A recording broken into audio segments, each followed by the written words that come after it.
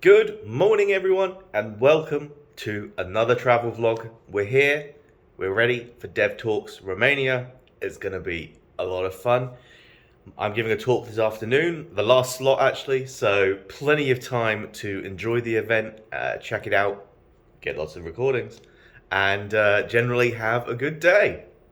We'll then be flying back tonight to Luton with WizzAir again, so we'll get some footage of that as well, and then drive back home. So it's going to be a very busy day. Come along with me. But first, the most important thing, let's get some breakfast. And we are here outside the conference. It's a very warm, sunny day. It's nice, actually. Let's head inside and see what we can find. We'll have a walk around, and then we're going to head over to the mobile stage, watch a few different things, and then it'll probably be lunchtime, to be fair. So let's go check it out and see what's about.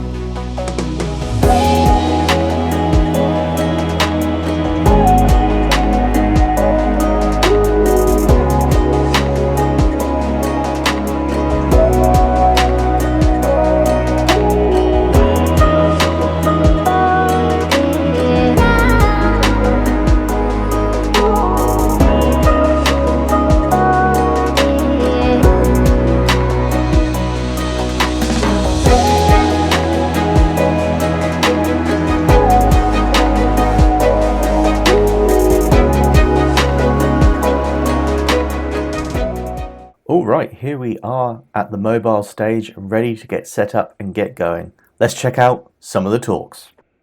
You awake? Okay, we're going to start in about a minute. If you're not awake yet, there is a coffee stand just there, so last chance for coffee. But we're going to start at the same time in the other stages, so in about a minute or so.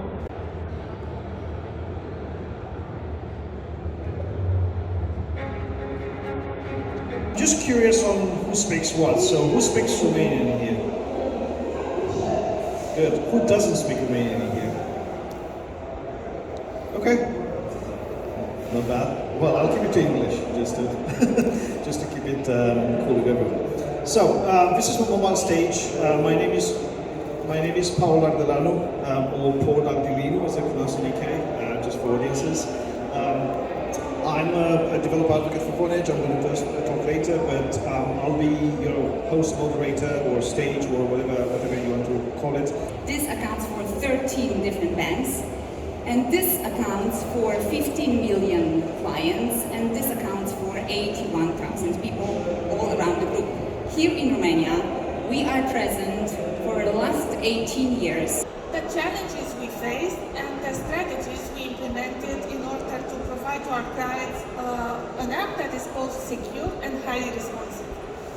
This presentation was made possible with the help of our colleagues from Unsafe, to whom we want to give a big shout out.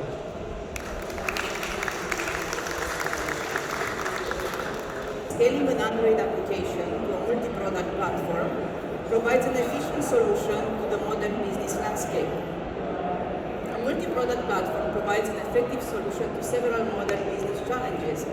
It brings about cost efficiency, streamlines the development process. Built fully in Swift using a few tricks, including Vapor, which is a way to write Swift on the server. I'm Firas. I'm a senior iOS engineer at TrueLayer. You can find me on Twitter talking a lot of shit to people, and my website you can find my articles.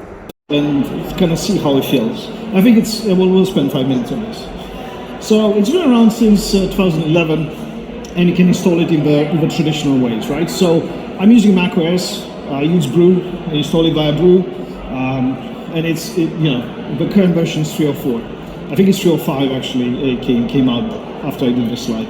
Also, if you install Flutter using the instructions that they have on the website, it's actually included in the Flutter archive, and all you need to do is just include the bin folder in your path.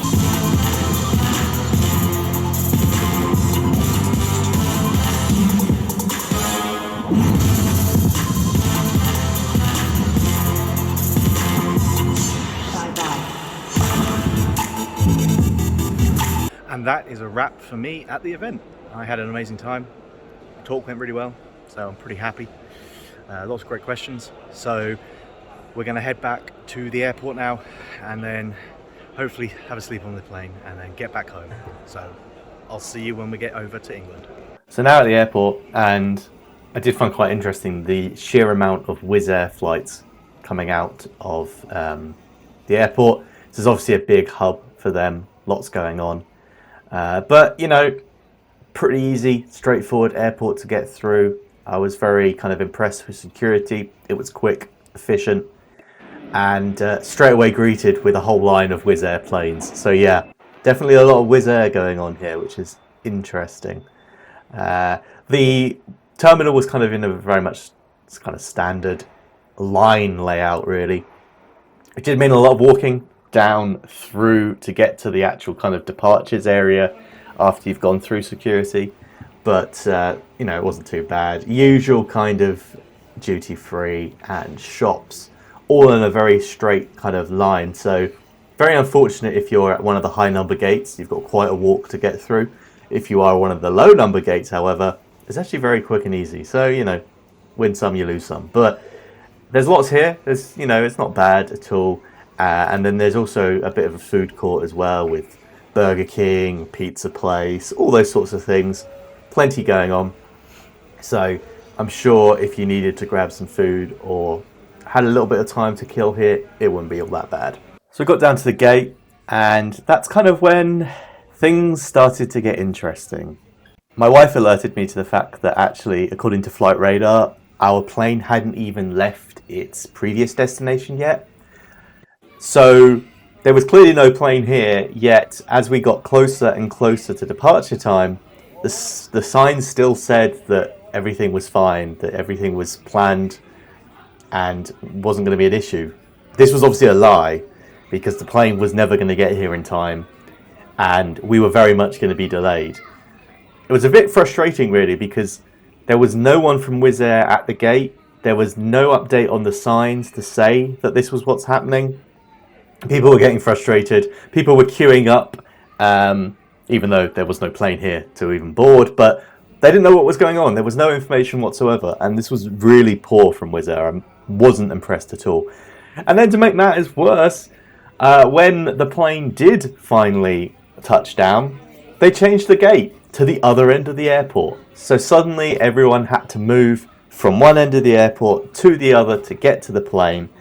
Which really was the icing on top. It was just very frustrating that they just had no communication whatsoever. They had no estimated time. They had no kind of communication about this. Very frustrating. And then after boarding, and once we'd pushed back, it didn't end there. The staff just didn't seem bothered by anything. There were people on the plane full on having phone calls even while we were actually taking off. No one seemed to care. There was no kind of safety in place. People were boarding the plane with way more baggage allowance than they needed to or should have had, so they were getting, bags crammed into overhead lockers and people were arguing. It was a complete mess. It was really not a good experience. Of course, as well, unfortunately, because we were so much later, there wasn't really any light left, so I wasn't really able to get a good takeoff video either. So for this one, I haven't actually posted the full takeoff or landing videos. Do let me know down below if you would still be interested in them. The quality isn't great, as you can see here, but maybe you're still interested in the full video, so let me know, and I will of course post them if you are.